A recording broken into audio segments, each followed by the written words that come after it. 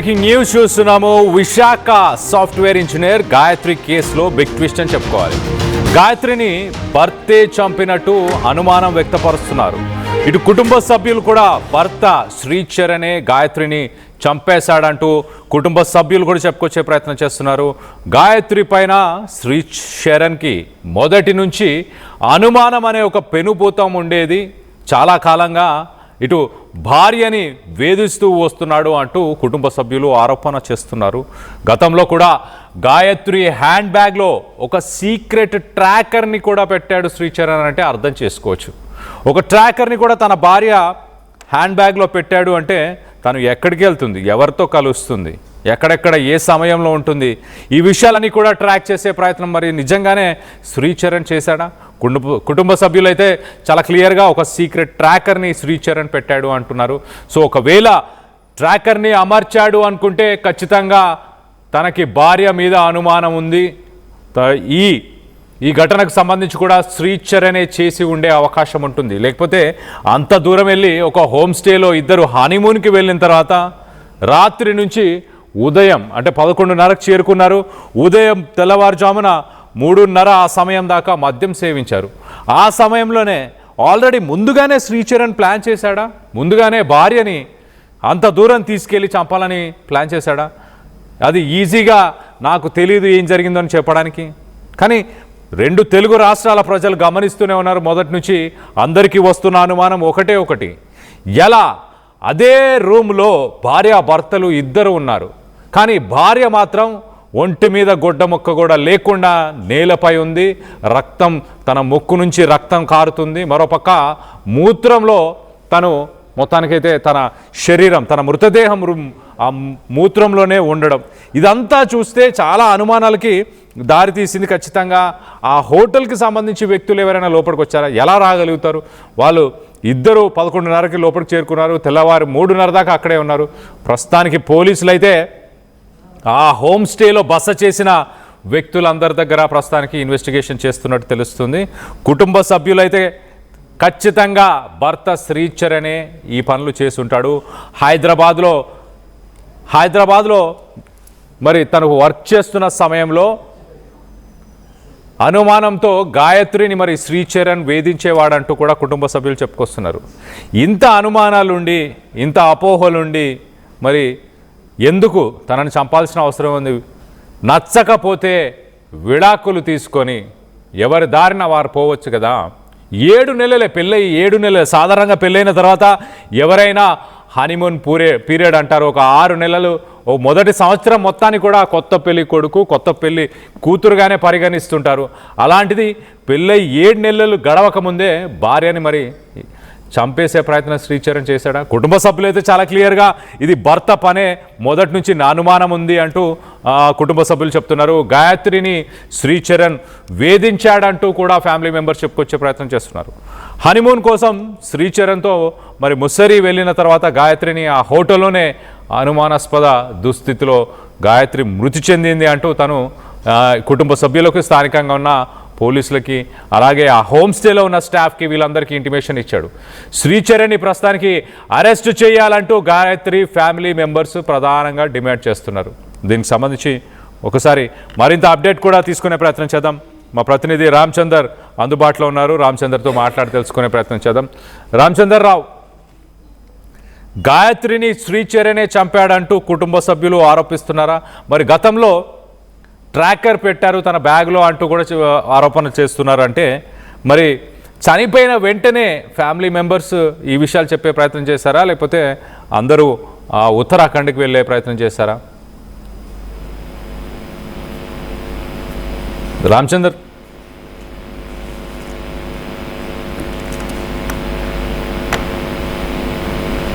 Right, మనం గమనించాల్సిన విషయం ఏంటంటే ఘటన జరిగిన తర్వాత మరి కుటుంబ సభ్యులు ఇమీడియట్గా అక్కడికి వెళ్ళారు, కానీ ఎలాంటి అనుమానాలు వ్యక్తపరచలేదు. ఇప్పుడు ప్రస్తుతానికి గతంలో గాయత్రి బ్యాగ్లో ఒక ట్రాకర్ని పెట్టారు. ఆ ట్రాకర్ గాయత్రి బ్యాగ్లో శ్రీచరణ్ ఒక ట్రాకర్ని పెట్టడం జరిగింది. ముందు నుంచే అనుమానాలు ఉన్నాయన్నారు. అందుకే భర్త శ్రీచరణ్ పైనే ప్రస్తుతానికి మేము అనుమానం వ్యక్తపరుస్తున్నాం అంటూ ఫ్యామిలీ మెంబర్స్ చెప్తున్నారు. దీనికి సంబంధించి మరింత అప్డేట్ తీసుకునే ప్రయత్నం చేద్దాం. ప్రస్తుతానికి శ్రీచరణ్ పైన గాయత్రి కుటుంబ సభ్యులు ఏమైనా కేసు నమోదు చేశారా రామచందర్?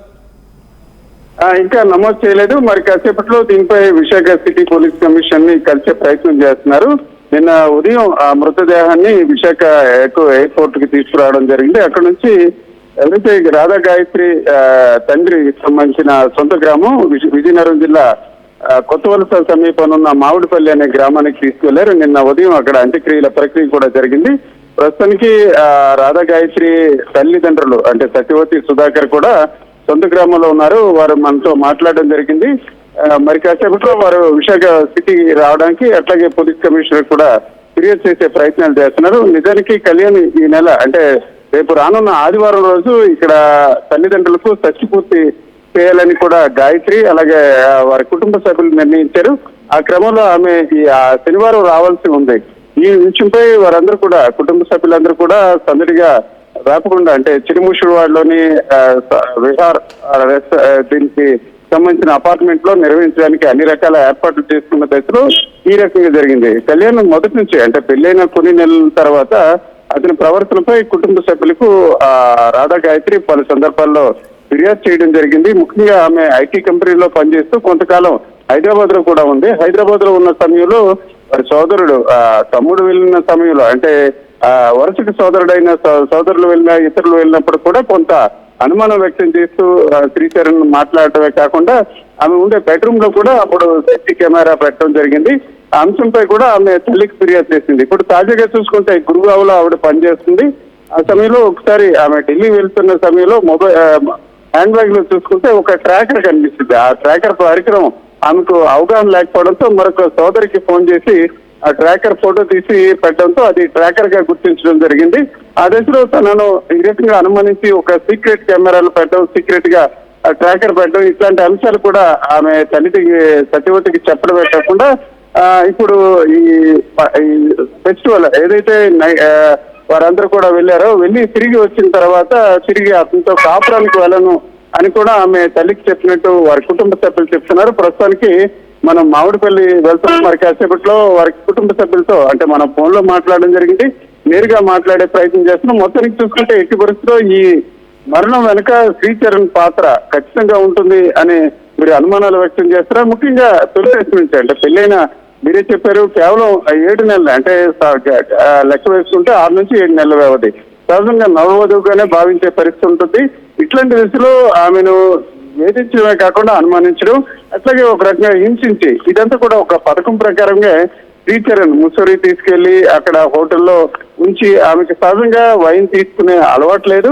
కానీ వైన్ తీసుకున్నట్టు ఇప్పుడు పోలీసులు ఇట్లా చెప్తున్నారు. ఇదంతా కూడా ఒక పద్ధతి ప్రకారం శ్రీచరణ్ చేసి ఉంటారనే అనుమానాలు వ్యక్తం అవుతున్నాయి. మరి కాసేపట్లో వారి కుటుంబ సభ్యులు విశాఖ సిటీ పోలీస్ కమిషనర్ కలిసే ప్రయత్నం చేస్తున్నారు. అట్లాగే వారి అంత్యక్రియలు నిన్నే పూర్తయ్యాయి. మామిడిపల్లి గ్రామస్తులంతా కూడా తీవ్ర ఆగ్రహం కూడా వ్యక్తం చేస్తున్న పరిస్థితి. శ్రీచరణ్ పై ఎట్టి పరిస్థితులు కేసు పెట్టడమే కాకుండా అతనిపై కఠిన చర్యలు తీసుకోవాలని కూడా డిమాండ్ చేస్తున్న పరిస్థితి. మొత్తానికి ఒక భార్య మరణం వేరే కోణంలో మలిచే ప్రయత్నం శ్రీచరణ్ చేశాడని వీరంతా కూడా ప్రగాఢ నమ్మడమే కాకుండా ఆరోపణలు చేస్తున్న వాతావరణం మనకు కనిపిస్తుంది. కళ్యాణ్ రైట్ రామచందర్, ఇక్కడ గాయత్రి చూస్తే ఆమె ఢిల్లీలో వర్క్ చేస్తుంది, అలాగే శ్రీచరణ్ పూణేలో వర్క్ చేస్తున్నాడు, రైట్ రామచందర్? వీరిద్దరూ వేరు వేరు ప్రాంతాల్లో అయితే వీరు ఎక్కడైనా కలిసి బతకడం అలా అంటే వీళ్ళిద్దరు కలిసి ఉండడం ఏమైనా జరిగిందా, లేకపోతే మధ్యలో కలుస్తుండే వీళ్ళ సంసారం ఎలా నడుస్తుండేది? అందుకే కొంచెం దూరంగా ఉండడం వల్లే ఈ అనుమానం పెరుగుతూగా మారిందా?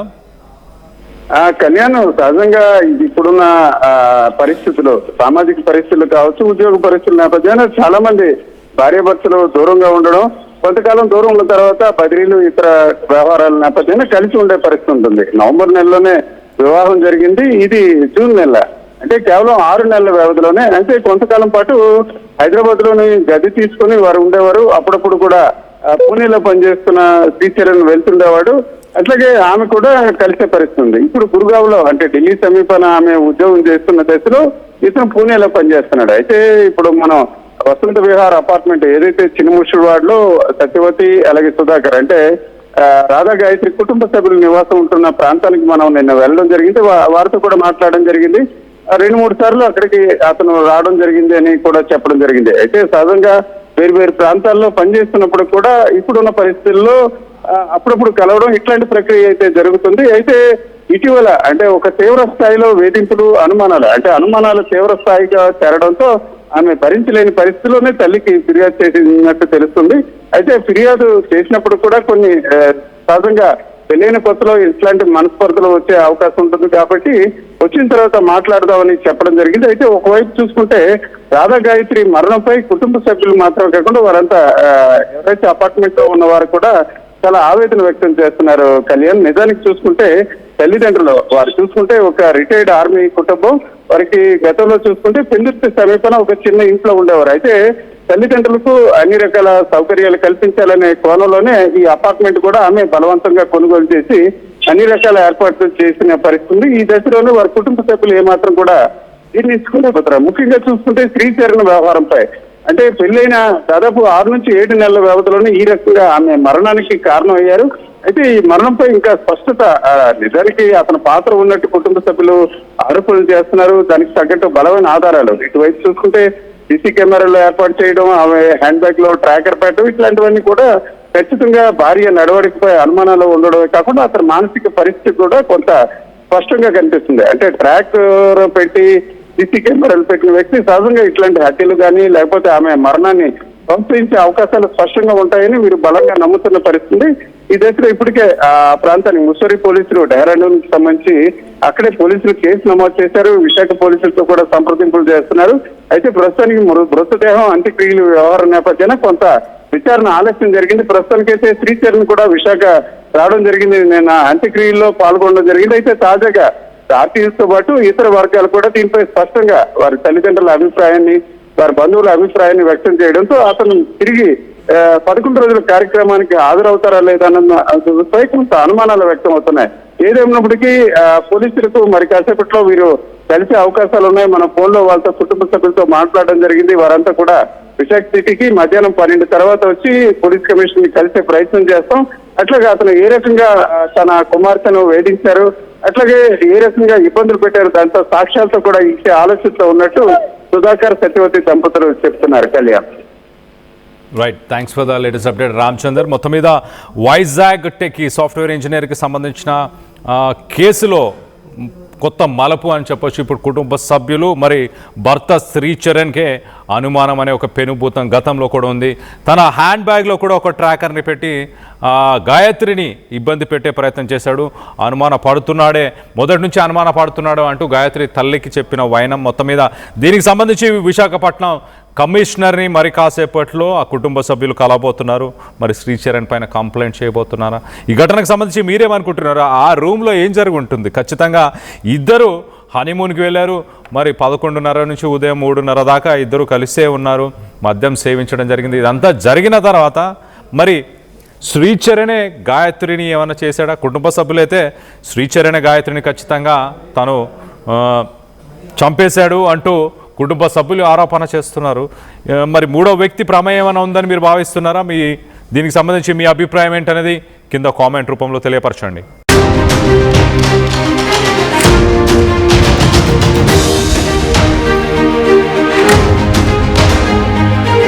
బ్రేకింగ్ న్యూస్ చూస్తున్నాము. వైజాగ్ సాఫ్ట్వేర్ రాధా గాయత్రి కేసులో కీలక విషయాలు వెలుగులోకి వచ్చాయి. భర్త శ్రీచరణ్ గాయత్రిపై ప్రస్తుతానికి గాయత్రి ఫ్యామిలీ మెంబర్స్ సంచలనమైన విషయాలని చెప్పుకొచ్చారు. గాయత్రిని భర్త శ్రీచరణ్ టార్చర్ చేసేవాడు అంటూ తల్లి మాట్లాడుకొచ్చింది. వాడొక పెద్ద సైకో. వారిద్దరి మధ్య చాలాసార్లు గొడవలు జరిగాయి. చాలాసార్లు వాళ్ళ గొడవలని సర్ది చెప్పి మరి పంపించాము అంటూ తల్లి మాట్లాడుకొచ్చింది. గాయత్రి హ్యాండ్ బ్యాగ్లో ఒక GPS ట్రాకర్ని పెట్టి ఇబ్బంది పెట్టేవాడు. అక్కడికి ఎందుకు వెళ్ళావు, ఇక్కడికి ఎందుకు వెళ్ళావు, ఈ సమయంలో ఇక్కడెందుకున్నావు, అక్కడెందుకున్నావు అంటూ ఆమెని రకరకాలుగా ఫోన్ చేసి మాట్లాడి ఇబ్బందికరమైన మాటలు కూడా మాట్లాడి ఇబ్బంది పెట్టేవాడంట.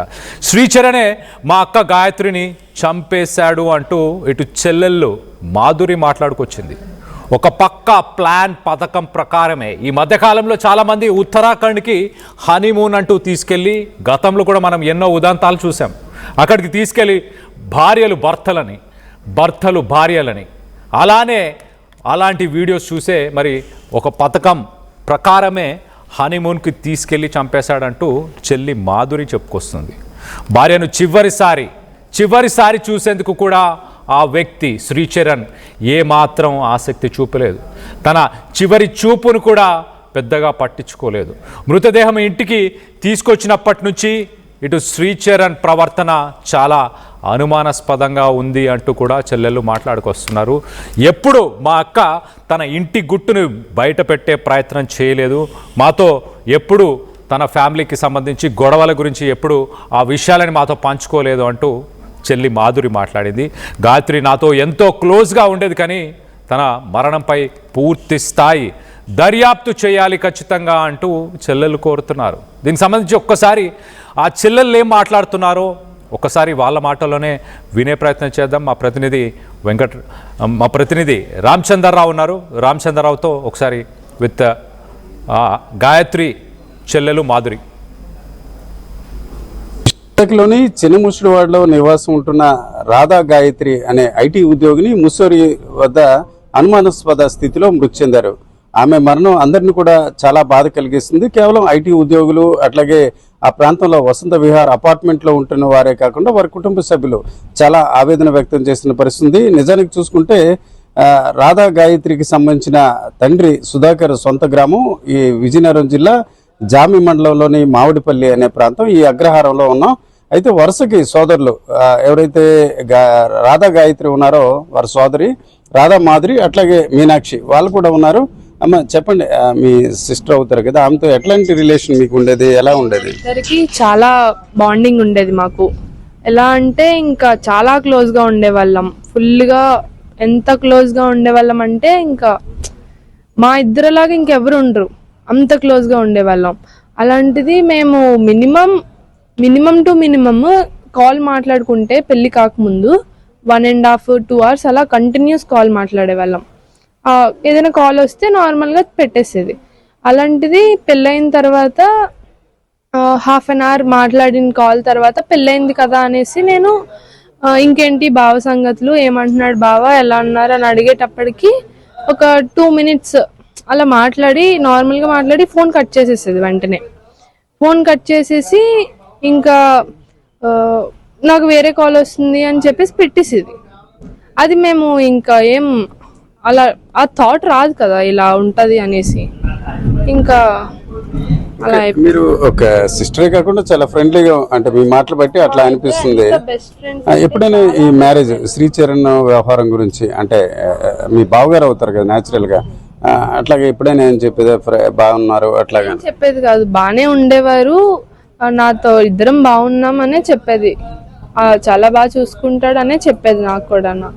సరే బాగా చూసుకుంటున్నాడు కదా అనేసి నేను ఇంకా ఏ డీటెయిల్స్ అడగలేదు. ఓకే, ఇన్సిడెంట్ జరిగాక ఏమనిపిస్తుందమ్మా మీకు? ఎప్పుడైనా మీ సిస్టర్ ఇట్లాగా ఇష్యూస్ అట్లాగా ఏమన్నా తెలుసా? అడిగిన తర్వాత మేము ఫస్ట్ అనుకోలేదు, మాకు విషయం ఇలా ఇవన్నీ తెలిసిన తర్వాత అప్పుడు మేము అడుగుతున్న క్వశ్చన్స్కి ఏ క్వశ్చన్స్కి ఆన్సర్ చేయట్లేదు. ఫస్ట్ థింగ్ మా అతను బావగారు ఆన్సర్ చేయట్లేదు. ఏ క్వశ్చన్ అడుగుతున్నా చాలా సైలెంట్గా ఉండిపోతున్నారు, ఆన్సర్ చేయట్లేదు. అండ్ ఇంకా అంటే ఇప్పుడు ఫస్ట్ మేము అడిగాం, ఇక్కడికి వాళ్ళు రాగానే మేము అడిగాం, 11:30కి చెక్ ఇన్ అయ్యాం. అక్కడ 11:30కి చెక్ ఇన్ అయ్యాక సైన్ చేశాను అన్నారు. ఆ తర్వాత ఈవినింగ్ అడిగేటప్పటికి చెక్ ఇన్ అయ్యాం కానీ సైన్ చేసినట్టు గుర్తులేదు అని అడిగి. అంటే ఇన్ జనరల్గా ఏ రూమ్లో దిగినా, ఎక్కడ రూమ్లో దిగినా, హోటల్లో దిగినా వాళ్ళు చెక్ ఇన్ అయ్యాక సైన్ కంపల్సరీ తీసుకుంటారు. అది 11:30కి చెక్ ఇన్ అయ్యాం కానీ సైన్ చేయలేదని గుర్తులేదనేసి అంటున్నాడు. రేపు మార్నింగ్ పెడతాను అంటున్నాడు. ఓకే అమ్మ, నిన్న అతను శ్రీచరణ్ ఇక్కడ వచ్చుంటారు కదా మీ మామిడిపల్లి అంత్యక్రియలో అట్లాగా, అప్పుడు మీరు మాట్లాడారా? అదే మేము మాట్లాడి అడుగుతున్నారు మా పెద్దవాళ్ళందరూ, మావయ్యలు అందరూ అడుగుతుంటే నో ఆన్సర్. జస్ట్ అలా కూర్చుని స్టోన్ ఎలా కూర్చుంటది ఆ స్టోన్ లా కూర్చున్నారు అంతే అతను. అండ్ ఇక్కడ వచ్చినా కూడా అక్కడ వైఫ్ చనిపోయి ఉన్నది, కార్యక్రమం అవుతుంది అక్కడ, అవుతున్నా కూడా అక్కడ కార్యక్రమం అవుతున్నా ఇక్కడికి వచ్చి కూర్చుని నేను ఒకసారి నా భార్యను చూస్తాను అని నన్ను ఒకసారి పంపించండి, నేను చూసి మళ్ళీ ఇక్కడికే వస్తానని ఆ మాట అనలేదు అతను. ఆ మాట ఒక్కసారి కూడా అనలేదు. కనీసం కళ్ళల్లో నుంచి నీళ్లు ఒక్క చుక్క బయటికి రాలేదు. మాకు తెలిసింది ఏంటంటే ఇంకా అతను బాధ లేదు, రిగ్రెట్ ఫీల్ లేదు, ఏం లేదు అతనికి అసలు. అక్కడ భార్య చనిపోయి అక్కడ ఉన్నది వెళ్ళిపోతుంది, లాస్ట్ చూసుకుందాం అని అది కూడా లేదు అతనికి. ఓకే, మరి ఏమనుకుంటున్నారమ్మా ఇప్పుడు ఈ విషయం మీద? ఏమైనా ప్రభుత్వం నుంచి కావచ్చు, లేకపోతే ఈ సమాజం నుంచి ఏం ఆశిస్తున్నారు? ఆ అబ్బాయికి ఇప్పుడు తినకి ఏం జరిగిందో అదే అబ్బాయికి కూడా జరగాలని మేము కోరుకుంటున్నాం, చాలా గట్టిగా స్ట్రాంగ్ గా. అంటే చంపిస్తుంటారు, లేకపోతే ఆ చంపడం వెనక అతను ఆవిడ మృతి వెనక కారణం ఏమైనా అనిపిస్తుందా? అతనే కారణం, మొత్తం అతనే చేశారు, ప్రీ ప్లాన్డ్ అనే అనిపిస్తుంది మాకు, అంతా ప్రీ ప్లాన్డ్. ఓకే, ఎలా పెళ్లికి కూడా మీరు అటెండ్ అయ్యి ఉంటారు కదమ్మా? మేమే చేసాం పెళ్లి మేమే చేసాము. మాధురి నువ్వు లేకపోతే పెళ్ళే అయ్యి ఉండేది కాదు ఇంతలాగా. పెళ్లి టైంలో కూడా మా వాళ్ళకి కొంచెం హెల్త్ బాగోలేదు అనమాట, పెద్దవాళ్ళు, మా అమ్మగారికి తాతగారికి హెల్త్ బాగోకపోయి వాళ్ళని ఒక పక్క తిని చూసుకుంటుంది వాళ్ళని, ఒక పక్క నుంచి నేను పెళ్లి ఇవన్నీ చూసుకుంటున్నాను. అక్కడ ఏంటేంటి కావాలి అందరినీ రిసీవ్ చేసుకోవడం అంతా నేనే చూసుకున్నాను, నేను మా వాళ్ళందరూ. ఆ పెళ్ళైన తర్వాత చెప్పింది నువ్వు లేకపోతే ఇలా అయ్యి ఉండేది కాదు ఇంతలాగా అనేసి. అంటే అమ్మా ఇప్పుడు అన్నవరం సత్యనారాయణ వ్రతం అట్లాంటి ప్లాన్ ఉంది అని అంటున్నారు ఈ సండే అట్లాగా. మా పెద్దనాన్న బర్త్డే, చిన్న పెద్దనాన్న అదే రాధా గాయత్రి వాళ్ళ అతని బర్త్డే రేపు. సో మా 60 years వస్తాయి మాకు. ఇది ఉంటది కదా షష్ఠి పూర్తి, అది అచ్చి రాదు మాకు. సో ఇంకా ఆ అబ్బాయి అన్నాడు చేద్దాము షష్ఠి పూర్తి మావయ్య గారికి అనేసి, అది మాకు అచ్చి రాదు. సో అందుకు వ్రతం లాంటిది చేసుకుందాం, కొత్త ఇల్లు తీసుకున్నాం. ఆ ఇంట్లో వ్రతం అంటే మాకు 2nd అయ్యింది, October 2 దసరా. ఆ రోజే ఇంట్లో దిగడం, తర్వాత రోజే ఎంగేజ్మెంట్. సో దానివల్ల ఇంకా గృహప్రవేశానికి వెళ్ళలేదు, ఆ ఇంట్లో ఏం అవ్వలేదు కదా అనేసి మేము ఆ ఇంట్లో పెట్టుకుందాం, అన్నీనా వ్రతం చేసుకుందాం సండే అనేసి అన్ని ప్లాన్ చేసుకున్నాం, అన్ని కొనేసుకున్నాం, అన్ని రెడీగా ఉన్నాయి. అక్క కూడా అక్కడికి మా వాళ్ళందరికీ, వాళ్ళ మావయ్య గారికి, బావగారికి, ఇక్కడ వీళ్ళ ముగ్గురికి బట్టలు కూడా కొనేసింది అక్కడే. కొనేసి ఇంకా 21st సండేని ఈ కార్యక్రమం పెట్టుకుందాం అనుకున్నాం. ఇంట్లోనే ఇలా జరిగింది. ఇది ఎవరైతే రాధా గాయత్రి ఉన్నారో వాళ్ళ సిస్టర్ అవుతారు ఈమె రాధా మాధురి. ఈ మాటలు విన్నారు కదా, నిజానికి చూసుకుంటే చాలా ఆవేదన ఉంది. వాస్తవానికి పెళ్ళైనప్పటి నుంచి కూడా చాలా వరకు సఖ్యతగా ఉంటారు కాబట్టి సహజంగా చాలా సందర్భాల్లో బావగారు ఎట్లా ఉంటారు అనే అంశం కూడా ప్రస్తావించినప్పుడు కూడా ఆమె మాట్లాడే పరిస్థితి దాన్ని దాటవేస్తూ ఉంది. ఈ రకంగా ఇప్పుడు తాజాగా జరిగిన ఘటన, అట్లాగే ఏదైతే అంత్యక్రియల ప్రక్రియ జరిగినప్పుడు సహజంగా ఎవరైనా ఆఖరి చూపు చూడాలనే ఆసక్తిగా ఉంటారు. కానీ ఈరోజు చూసుకుంటే శ్రీచరణ్ అట్లాంటి ప్రయత్నాలు చేయలేదు. ఖచ్చితంగా ఈ మరణం వెనక ఆయన హస్తం ఉంటుందనే నమ్మకం ఉంది. అట్లాగే దీనిపై కూడా చర్యలు తీసుకోవాలని కోరుతున్న వాతావరణం మనకు కనిపిస్తుంది. కెమెరా పర్సన్ తిరుపతితో రామచంద్రరావు, RTV, మామిడిపల్లి. చెల్లి మాధురి మాట్లాడుతూ చాలా క్లియర్గా, మా అక్క గాయత్రి నాతో చాలా క్లోజ్గా ఉండేది. గతంలో మేము ఫోన్లు మాట్లాడితే గంటన్నర, కొన్ని గంటల పాటు ఫోన్లు మాట్లాడే వాళ్ళం, అంత క్లోజ్ ఉండేది. కానీ పెళ్ళైన తర్వాత ఎప్పుడు కాల్ చేసినా కొంచెం బిజీగా ఉన్నాను, ఇంకొక ఫోన్ కాల్ వస్తుంది అంటూ 1 నిమిషం 2 నిమిషాల కంటే ఎక్కువసేపు మాతో మాట్లాడేది కాదు. అంటే అప్పుడు గాయత్రి సైకలాజికల్గా ఒక ప్రెషర్లో ఉండేదా? ఎందుకు పెళ్ళి కంటే ముందు గంటలు చెల్లితోని మాట్లాడడానికి సమయం దొరికేది, కానీ పెళ్ళి తర్వాత తన సైకలాజికల్ సిట్యువేషన్ సరిగ్గా, మానసిక పరిస్థితులు సరిగ్గా లేకపోవడమా? శ్రీచరణ్ ఒక పక్కన టార్చర్ చేస్తూ, తనని అనుమానిస్తూ, తన బ్యాగ్లో ఒక ట్రాకర్ని పెట్టడం, అలాగే చనిపోయిన తర్వాత కూడా ఈవెన్ వాళ్ళ బావ, మాధురి చెప్తున్న మాటల్లో, మా బావ మరి 11:30కి మేము హోమ్ స్టేకి వెళ్ళాము, అక్కడ సంతకం చేశాము అని చెప్పి మొదట చెప్పాడంట. తర్వాత ఆ సంతకం చేశానా నాకు గుర్తులేదు, నేను చేయలేదు అనుకుంటా అంటున్నాను. సాధారణంగా మాధురి వాళ్ళ చెల్లి మాధురి చెప్పినట్టే యాస్టిస్గా ఎక్కడికి హోటల్స్కి వెళ్ళినా, హోమ్ స్టేస్కి వెళ్ళినా, ఎక్కడికి వెళ్ళినా ముఖ్యంగా Aadhaar card, address proofs, ID proofs ఇవన్నీ తీసుకుంటారు. దాంతోపాటు వాళ్ళ డీటెయిల్స్ అన్నీ కూడా భద్రపరచుకునే ప్రయత్నం చేస్తారు, సిగ్నేచర్స్ తీసుకుంటారు. ఇవన్నీ ఒక ప్రొసీజర్ని ఫాలో చేస్తారు, ఆన్లైన్ కావచ్చు లేకపోతే ఆఫ్లైన్ కావచ్చు.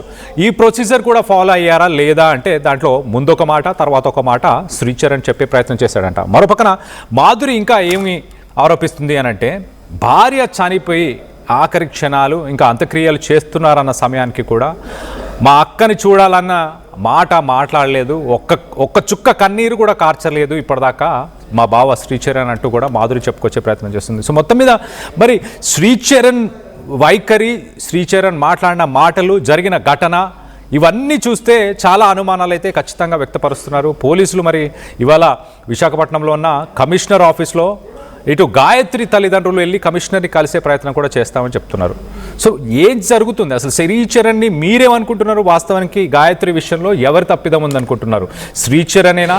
మూడో వ్యక్తి ప్రమేయం కూడా ఉందనుకుంటున్నారా? ఉత్తరాఖండ్లో మరి హనీమూన్కి వెళ్ళిన తర్వాత భార్యాభర్తలు ఇద్దరు ఒకటే హోటల్, ఒకటే రూమ్లో ఉన్నారు. తెల్లవారిన తర్వాత చూస్తే భార్య చనిపోయి ఉంది, వివస్తురాలై ఉంది, ఒంటి మీద అసలు బట్టలు లేవు, భర్తకి ఏం సంబంధం లేదు, ఏం తెలియదు అని అంటున్నాడు. ఏం తెలియదని అంటాడా? నా భార్యకి ఏం అయ్యింది, ఖచ్చితంగా దోషులను పట్టుకోవాలన్న మాట మాట్లాడతాడా? పోలీసులను కావని ఇంకెవరన్నా ప్రశ్నించే ప్రయత్నం చేస్తాడు. కానీ నాకు ఏం జరిగిందో తెలియదు, నేను లేచేసరికి నా భార్య చనిపోయి ఉంది అని ఏ భర్తనైనా ఇలాంటి మాటలు మాట్లాడతాడా? ముందు అక్కడ కొన్ని అనుమానాలు వచ్చాయి. తర్వాత ఇప్పుడు చెల్లి చెప్పిన మాటల్లో మరింత శ్రీచరణ్ గురించి తెలుసుకున్నాము. ఇంకా తల్లి కూడా మాట్లాడింది. తల్లి మొదటి నుంచి వీళ్ళ సంసార జీవితం ఒక 7 నెలలు మాత్రమే. మామూలుగా సాధారణంగా ఒక హనీమూన్ పీరియడ్ అని చెప్పొచ్చు, ఆ 6 మంత్స్ని కానీ 1 ఇయర్ని కానీ ఆ 7 మంత్స్లోనే చాలా గొడవలు జరిగాయి. వాటన్నిటిని కూడా మేము సర్ది చెప్పి పంపించే ప్రయత్నం చేశాము అంటూ తల్లి మాట్లాడుకొచ్చింది. ఒకసారి ఆ తల్లి బాధ ఏంటి, ఏం చెప్పింది, ఈ 7 నెలల్లో ఎంత నరకాన్ని తన కూతురైన గాయత్రి అనుభవించిందో అవన్నీ తన తల్లి మాటల్లోనే వినే ప్రయత్నం చేద్దాం. సహజంగా పిల్లలపై చాలా ప్రేమ అందరి తల్లిదండ్రుల్లో ఉంటుంది. కానీ ఈరోజు చూసుకుంటే రాధా గాయత్రి వ్యవహారం కొంత భిన్నంగా ఉన్న పరిస్థితి ఉంది. వాస్తవానికి తల్లిదండ్రులకు ఎంతో ప్రేమగా పిల్లల్ని తల్లిదండ్రులు చూస్తారు, కానీ చూస్తే తల్లిదండ్రులకే ఆమె ఎంతో ప్రేమగా చూసే ప్రయత్నం చేసినట్టు అపార్ట్మెంట్లో ఉన్న వారి మాటలు బట్టి మనకు తెలుస్తుంది. అక్కడ చిన్నముషువాడలో చాలా మందితో మాట్లాడితే తండ్రికి మంచి ఇల్లు ఉండాలి, ఆ ఇంట్లో వారు హాయిగా ఉండాలి, ఇట్లాంటి ప్రయత్నం ఆమె చేశారని వారి మాటల్లో చెప్తుంది. ఈ దశలో ఒక రకంగా మనకి కొంత బాధాకరం. ఒక మరణించిన కూతురు విషయంపై చాలా వరకు తల్లడిల్లిన కుటుంబ సభ్యులు మనతో ఉన్నారు. సత్యవతి గారు, అలాగే సుధాకర్ గారు, రాధా గాయత్రి తల్లిదండ్రులు. వీరు విజయనగరం జిల్లా జామి మండలంలోని మామిడిపల్లి అనే గ్రామంలో వారి స్వగ్రామంకి ఇక్కడ చేరుకున్నారు. ఇక్కడే రాధా గాయత్రికి సంబంధించిన అంత్యక్రియల ప్రక్రియ కూడా బుధవారం జరిగింది. అమ్మ నమస్తే. అంటే ఇది ఒక బాధాకరం, అంటే మా ఇంట్లో కావచ్చు ఎవరింట్లోనే ఇట్లాంటి అంశం అప్పుడు మాట్లాడాలంటే కొంత బాధ ఉంటుంది. కానీ తప్పదు, సమాజానికి తెలియాలి, మీ ఆవేదన బయట ప్రపంచానికి తెలియజేయాలనే క్రమంలోనే నేను మీ దగ్గరికి రావడం జరిగింది. అమ్మ పాపతో ఎట్లా ఉండేది మీకు అనుబంధం? అంటే సహజంగా ప్రతి తల్లికి ఉంటుంది, మీకు ఎట్లా ఉండేది? నా పాపే నా ప్రాణం, దాని ప్రాణమే నేను, నా ప్రాణమే అది. నాకు లేక ఒక పాప, అది పంచ ప్రాణాలతో పెంచుకున్నా. అది నడిస్తే దాని కాళ్ళకు ముళ్ళు గుచ్చుకుంటాయి అనే దీంతో పువ్వుల్లో పెట్టి పెంచాం. మా ఫ్యామిలీ మొత్తం మా ఫ్యామిలీ అందరూ దాన్ని అంత అపురూపంగా పెంచారండి. అలా ఎవరు పెంచరు. అలాగే మా పిల్ల కూడా మమ్మల్ని అంతలాగా చిన్న పెద్ద అని తేడా లేదు, అంత అపురూపంగా వాళ్ళ నాన్న కుడిభుజంలాగా ఉండేదండి. ఆడపిల్లైనా మగపిల్లడైనా అదే. దాని వయసుకు తగ్గట్టు పనులు చేస్తూ ఉండేది. వాళ్ళ నాన్నని ఎంత బాగా చూసుకుండేది. అమ్మా నీకేంటి కావాలి అని అడిగి నోట్లో మాట ఉంటే చేసేదండి. అది చిన్న వయసులోనే స్కూటర్ నేర్చుకుంది. వాళ్ళ నాన్నని తీసుకెళ్తుండేది ఎక్కడికైనా. కారు డ్రైవింగ్ చేసి, డాడీ నేను ఉన్నాను, నీకు భయం లేదు, డాడీ నేను అన్ని చేస్తాను. మాకైతే ఏమీ తెలియదండి. ఇది నాకు ఫోన్ పేలు కానీ ఫోన్లోనే ఏమైనా చేయడం కానీ మాకేం తెలియదండి. దాన్ని టీవీకి వేయడం కూడా మాకు తెలియదండి. టీవీలో డబ్బులు వేసుకోవడం కూడా మాకు తెలియదండి. అమ్మ టీవీ ఆగిపోయింది, నేను చేస్తాను, నేను చేస్తాను, కంగారు పడకండి. అలాగే నా తల్లి మా ఇద్దరిని అంతలా పెంచి మా ఇద్దరిని దాని పిల్లల్లా చూసుకున్నదండి. దాని పిల్లల్లా చూసుకుని మాకు తెలియదండి. పెళ్లి చేసుకుంటావా అమ్మ మేము అడిగాము దాన్ని. అలాగే అమ్మ చేసుకుంటాను, మీకు నచ్చాలి, అందరికీ నచ్చే సంబంధం తప్ప నాకు నచ్చింది నేను చేసుకోను అని చెప్పింది. సరే అన్న, మాతో మా పక్కనే 14 ఏళ్ళు మాకు వాళ్ళకి పరిచయం, వాళ్ళు ఉన్నారు. ఆవిడ అన్నారు, మా చెల్లెలు గారు అబ్బాయి ఉన్నాడండి మంచివాడు, గాయత్రిని నేను 14 సంవత్సరాల నుంచి చూస్తున్నాను, మా అమ్మాయి పేరు రాధా గాయత్రి అండి, 14 సంవత్సరాల నుంచి చూస్తున్నాను, ఆ అబ్బాయికి ఇచ్చి చేద్దాము, చాలా మంచివాళ్ళండి అని. సరేనండి అన్న. ఆ అబ్బాయిని కూడా అడిగాము, మా పాపని అడిగాం. సరే నచ్చుకున్నారు ఇద్దరుని. ఆ అబ్బాయి కూడా నేను ఇష్టపడ్డానండి. నాకు ఈ అమ్మాయి తెలుసు, 14 ఏళ్ళు. మా వాళ్ళ చెల్లి మా ఆ పిల్లడికి అక్క, మా పాప ఇద్దరు ఫ్రెండ్స్, వీళ్ళిద్దరు ఒకటే కాలేజీ. అలాగేనండి అన్నారు. పెళ్లి వరకు వచ్చాం, పెళ్లి అన్ని చేసుకున్నాడు, అన్ని బాగానే అయ్యాయి ఇంతవరకు. ఆ పిల్లడి మీద మాకు అప్పుడు ఏమీ తెలియదండి ఇలా అనేసి. అప్పుడే తెలుసుంటే మేము చెయ్యం. ఆ తర్వాత నా పిల్ల చెప్పడం మొదలు పెట్టిందండి. పెళ్ళి అయిపోయిన తర్వాత హైదరాబాద్లో ఉండేది ఉద్యోగం దాన్ని, వాడికి పూణేలో జాబ్, ఢిల్లీ ట్రాన్స్ఫర్ పెట్టుకోవాలని ఫస్ట్ వాళ్ళు కండిషన్ పెట్టారు. అది ఓకే అందండి మా అమ్మాయి, నేను ఢిల్లీకి పెట్టేసుకుంటాను వచ్చేస్తాను. ఇవాళ రేపు ఉద్యోగాలు ఇలా పెట్టుగానే అలా వచ్చావు కదండి, వచ్చింది దానికి పెట్టుకుంది, ఢిల్లీకి వెళ్ళిపోతాను. ఆ వెళ్ళే లోపు నువ్వు హైదరాబాద్లో ఉండి ఆఫీస్కి వెళ్ళేటప్పుడు వీడియో కాల్ చెయ్యి, నీ బండి మీద అండి, దానికి బండి కొన్నాం మేము, బండి మీద వెళ్ళేది దగ్గరే, రాత్రులు క్యాబ్ అంటే భయం అనేసి వాళ్ళ నాన్నగారు దానికి 4 కిలోమీటర్ల దూరంలో, ముందు క్యాబ్లోనే వెళ్ళేది, తర్వాత బండి కొన్నది వాళ్ళ నాన్నగారికి కొంది. అది పెళ్ళయ్యి వెళ్ళిపోతాను డాడీ, నా బండి నీ కోసం, నీది పాత బండి అయిపోయింది, కానీ వాళ్ళ నాన్నగారికి బండి కొంది, అక్కడ కొంది, నేను వాడి నీకు ఇస్తాను డాడీ అంది. అలాగే అమ్మ అన్నాం. అంతే. ఆ బండి మీద వెళ్తూ ఉంటే వీడియో కాల్ చేసి, పెళ్ళైన తర్వాత అనుమానం పెడకూడదు కదండి, నీ వెనకాతలు ఎవడున్నాడు, ముందు ఎవడున్నాడు అడిగేవాడు. బండి మీద వెళ్ళేటప్పుడు ఏంటి ఈ పిల్లడి బిహేవియర్ ఇలా ఉంటుందా అనుకునేది నా కూతురు. అంతే.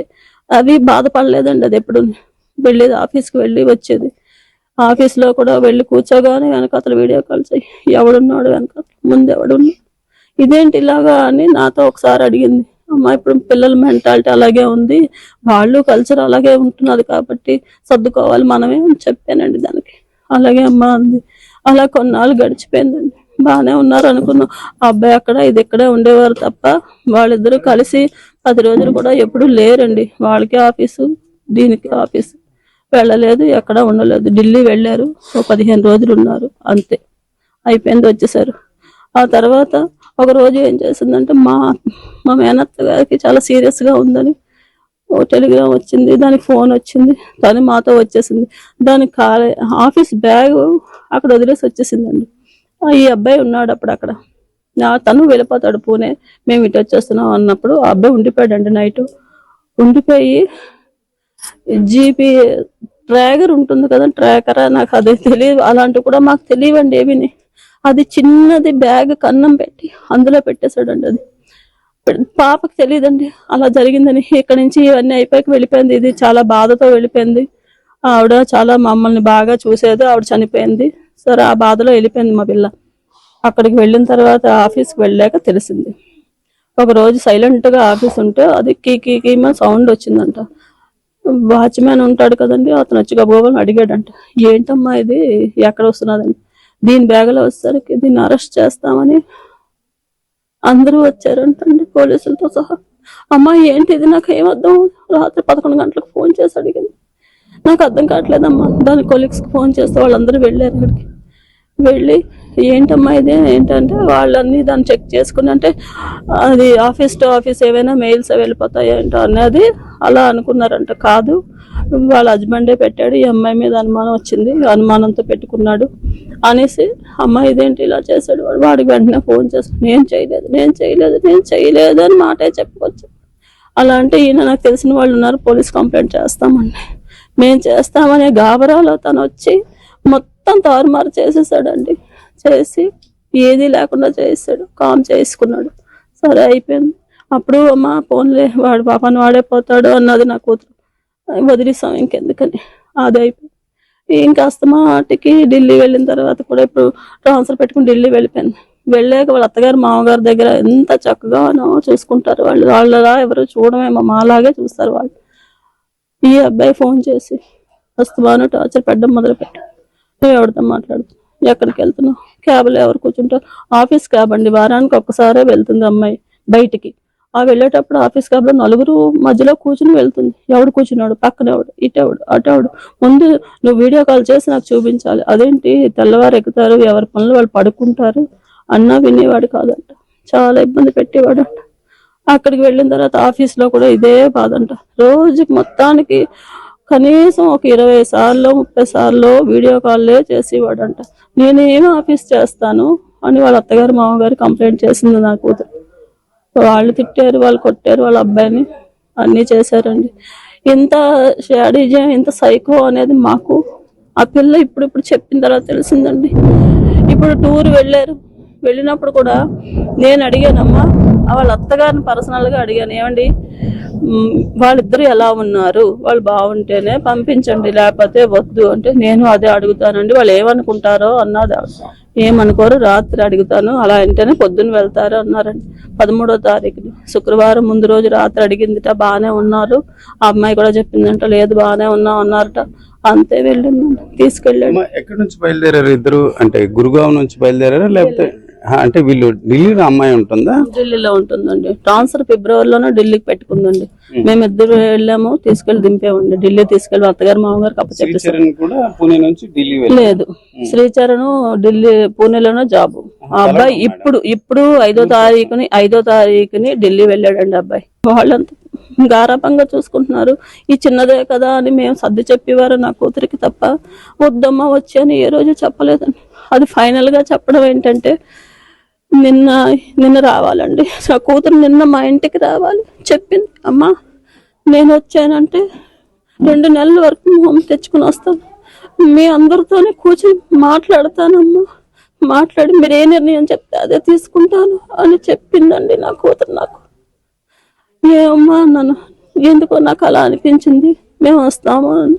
అంతే. ఈ మధ్యలో నా అబ్బాయి బర్త్డేకి వెళ్తున్నారు అని వాళ్ళ అత్తగారు చెప్పారు. వెళ్తున్నారు, బాగానే ఉన్నారా అండి అని అడిగాను. బాగున్నారండి అన్నారు ఆవిడని. ఏమీ లేదండి బాగానే ఉంటారు అన్నారు. వెళ్ళారు. అక్కడ ఏం జరిగిందో ఏమి వెళ్ళేటప్పుడు ఫోన్ చేసి నన్ను చూడకుండా ఒక్క నిమిషం ఉండదండి నా కూతురు, నాతో మాట్లాడకుండా. తెల్లవారింది అంటే దాని ఫోనే నాకు, నా ఫోన్ చేసేది లేకపోయినా అది చేసేస్తుంది, ఎక్కడున్నావు అని అడుగుతుంది.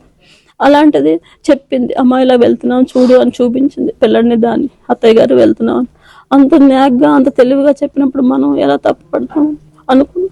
అక్కడ తీసుకెళ్ళిన తర్వాత వాడు ఇలా చేస్తాడని అనుకోలేదండి. నా కూతుర్ని వాడే చంపేశాడు. ఇది మాత్రం నేను ఎక్కడ చెప్పమన్నా చెప్తాను. వాడంత శాడిస్ట్ అండి. వాడు అన్ని బాధలు పెట్టాడు, మానసికంగా బాధ పెట్టాడు అంతే. ఇంట్లో ఉండి కొట్టి తిట్టి బాధలు పెడితే పోను వేరే ఉంటాయి. ఈ ఫోన్లోనండి వాడికి వీడికి పరిచయం, వాడితోని వీడితోని అంటుకట్టేవాడంట.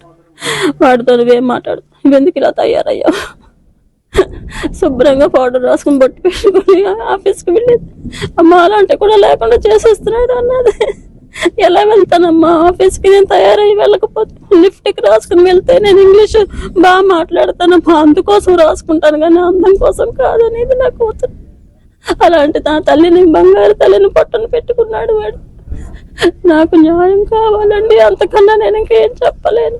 ఇది మాకు జరిగింది. నా కూతురు చెప్పింది, వచ్చి చెప్తానమ్మా మా అందరికీ అని చెప్పిందండి. మా అందరితోని మాట్లాడుతుందమ్మా, తాతగారు మా అమ్మ వాళ్ళందరితో వదిలేసి వచ్చేయమన్నామండి. అది పెద్దగా మాట్లాడింది. అమ్మ అలా ఎలా వదిలేస్తాను, నేను మార్చుకుంటానమ్మా, మా అత్తగారు సపోర్ట్ మామగారు ఉన్నారు నాకు, మీరు భయపడకండి అందండి.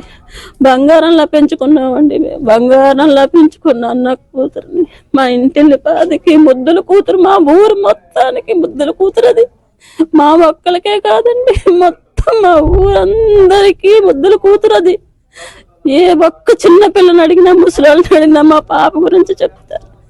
నా కూతురు 6వ క్లాస్ చదువుతున్న దగ్గర నుంచి ఈ రోజు ట్రిపుల్ పీజీ చేసింది. 3 కంపెనీల్లో ఉద్యోగాలు చేసింది. 1000 మంది ఫ్రెండ్స్ ఉంటారు, వెళ్ళి ఒక్కళ్ళనైనా అడగండి రాధా గాయత్రి అంటే ఏంటి అని వాడు చెప్తారండి దాని గురించి. అమ్మో అలాంటి పిల్లని కన్నందుకు మీరు ఎన్ని పుణ్యాలు చేస్తుంటారండి, మాదేరే అంటారండి. దాని దగ్గర మేము నేర్చుకుంటున్నాం అంటారండి. అంత చక్కనైన పిల్ల, ఏదైనా ఇలా చెప్తే అలా చేసేస్తుంది. ఉద్యోగంలోనైతేనేంటి, పిల్లల్ని ఎలాగా, పేరెంట్స్ని ఎలా చూసుకోవాలి, అప్పచెల్లెళ్ళు ఎలా చూసుకోవాలి, దానికి లేరు. అయినా అలా చెప్పి అలా వాళ్ళు అదే మాట చెప్తారు. దాని దగ్గర మేము ఎన్ని నేర్చుకోవాలో తెలియదండి. అలాంటి అమ్మాయి వాళ్ళ దగ్గరికి వెళ్ళి కూడా దీని పరువు తీసాడండి. దాని ఫ్రెండ్స్ దగ్గర కూడా అడిగేవాడంటే వాళ్ళు అదే ఏడిచి చెప్పారండి ఒక్కొక్కరు. మాకిప్పుడు వచ్చిన వాళ్ళందరూ అంటే సైకో, వాడు సైకో. దాంతో మేము చెప్పాము, వదిలే అని చెప్పామండి. మా అమ్మ మా నాన్న కోసం భరిస్తున్నాను అన్నది, అంతే తప్ప నేను ఇంటికి వెళ్ళిపోవడం 5 నిమిషాల పని, మా ఫ్యామిలీలో అటు లేవు అని చెప్పింది అంటే నిన్న చెప్తున్నారండి వాళ్ళు. ఆ మాట ముందు చెప్పుకుంటే తెచ్చేసుకుంటాం కదా మా పిల్లలు మేము. నాకు ఇంత ఘోరం జరిగినందుకు అందరూ ఏం నిర్ణయం తీసుకుంటారా అన్నది భగవంతుడి మీద, మీ మీద వేస్తున్నాను. నా కూతురు అయితే ఏ తప్పు చెయ్యలేదు, అది డ్రింక్ చేస్తుంది, అలాంటివి అయితే దానికి ఆ స్పర్శే తెలియదండి. అలాంటి విషయాలు కూడా ఎప్పుడూ అందుకే అంటున్నాను, 1000 మంది ఫ్రెండ్స్ ఉంటారు, ఆ పిల్లల్ని ఒక్కళ్ళు అడిగినా చెప్తారు అమ్మాయి ఎలాంటిది అని.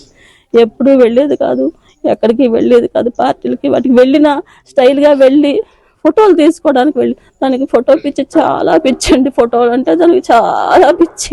నన్ను ఇంటికి వచ్చి ఫోటో నాకు తయారు చేసి ఫోటో తీసేది, ఫోటోలు తీసుకుండేది. ఎక్కడికైనా వెళ్తే ఆ సీనరీ చూస్తే ఫోటో తీసుకుండేది. దానికి అంత ఫోటోలు పిచ్చి, అంతే తప్ప. ఇప్పుడు ఈ ఆదివారం మామూలుగా సత్యనారాయణ వ్రతం చేయాలని అట్లా అనుకున్నారు, అప్పుడు కూర్చొని మాట్లాడదాం అని అనుకున్నారా? పాప ఇట్లా చెప్పేసరికి ఎలాగే 18th నేను వస్తాను, వచ్చేటప్పుడు అందరితో మాట్లాడతాను అన్నది. అట్లాంటప్పుడు కొద్ది సార్ట్ అవుట్ అంటే విడాకులు అన్నది కాదు, అబ్బాయిని కూర్చోబెట్టి మాట్లాడేద్దాం అట్లాంటి ఆలోచనకు వచ్చారా మీరు? అవునండి, అంటే మేము అనుకున్నది, అమ్మాయి చెప్పింది నేను వస్తానమ్మా, 2 నెలలు వర్క్ ఫ్రమ్ హోమ్ పెట్టుకుని వస్తున్నాను, నేను 2 నెలల్లోని వాడి గురించి అన్నీ ఇంకా వివరంగా చెప్తాను, అప్పుడు మీరు ఏంటి నిర్ణయం తీసుకోమంటే అది తీసుకుందాం, అందరం కలిసి